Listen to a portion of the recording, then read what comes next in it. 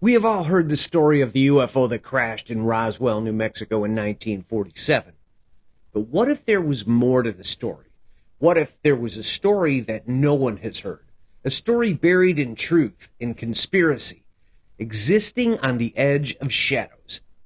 A story never meant to be told that would forever intertwine the unforeseen destinies of an Army private and a professor with a responsibility they could have never envisioned. Dude, this is on, bro. There's a whole fleet of them. Look on the ASA. My gosh. They're all going against the wind. The wind's 120 knots from the west.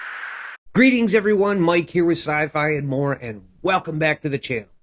And if you're new here, welcome to our Team Sci-Fi family, where nostalgic positivity reigns supreme.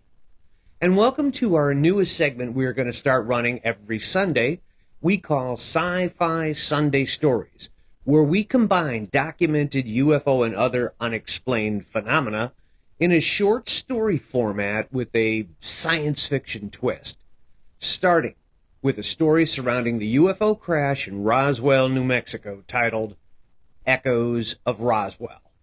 Oh, I love science fiction stories. And I have my bucket of popcorn all ready to go. Shall we begin?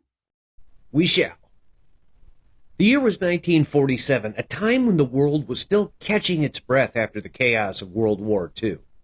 In the small town of Roswell, New Mexico, something inexplicable had happened.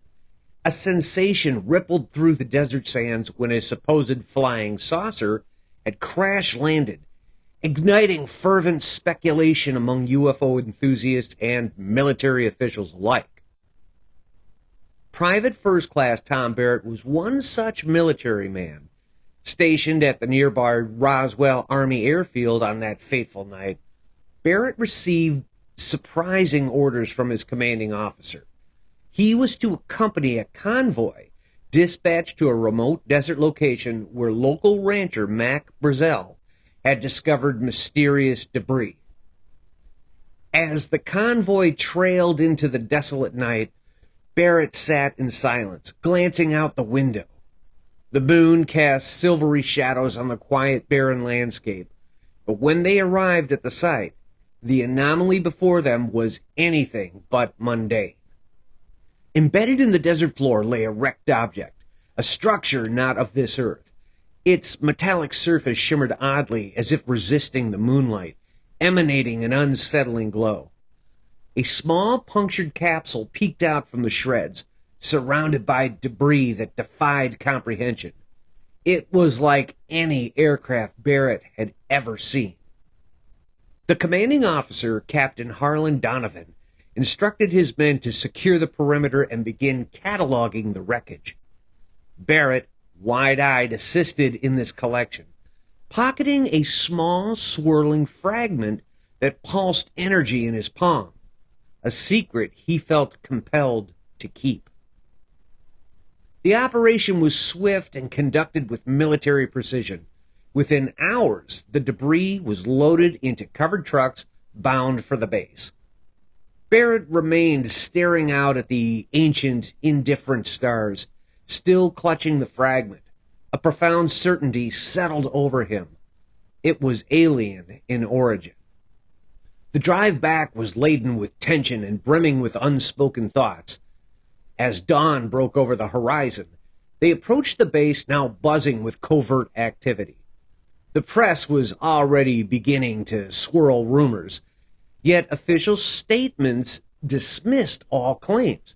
A weather balloon, they proclaimed, an eye roll of a cover-up for those who knew the truth.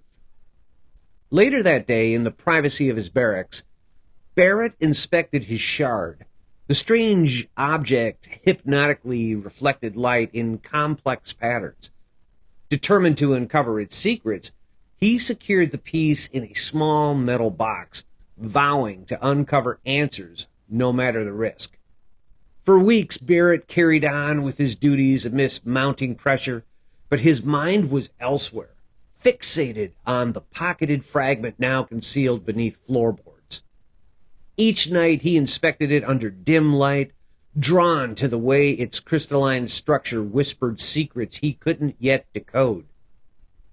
An unexpected opportunity arrived when Barrett learned that Professor Ruth Callahan, a leading physicist from Los Alamos, had been summoned by the military for assistance in deciphering the wreckage. Fortuitously stumbling into her path one evening at the base, Barrett hesitated at first, but decided to confide in her regarding his clandestine find. Ruth examined the fragment under an old, buzzing desk lamp. Her expression conveyed wonder and horror as she whispered, "Tom, this isn't just technological, it's alive." The revelation struck Barrett quieter than he thought possible. He was now entwined in a mystery beyond earthbound logic or understanding, charged with both fear and electrifying awe. Despite reservations about the unknown forces at work, Ruth and Barrett knew they needed to act. The fragment's metamorphic traits could reshape humanity's understanding of the universe. They resolved to operate covertly amid government surveillance. Days morphed into intense night of analysis, a challenging dance of evasion and investigation.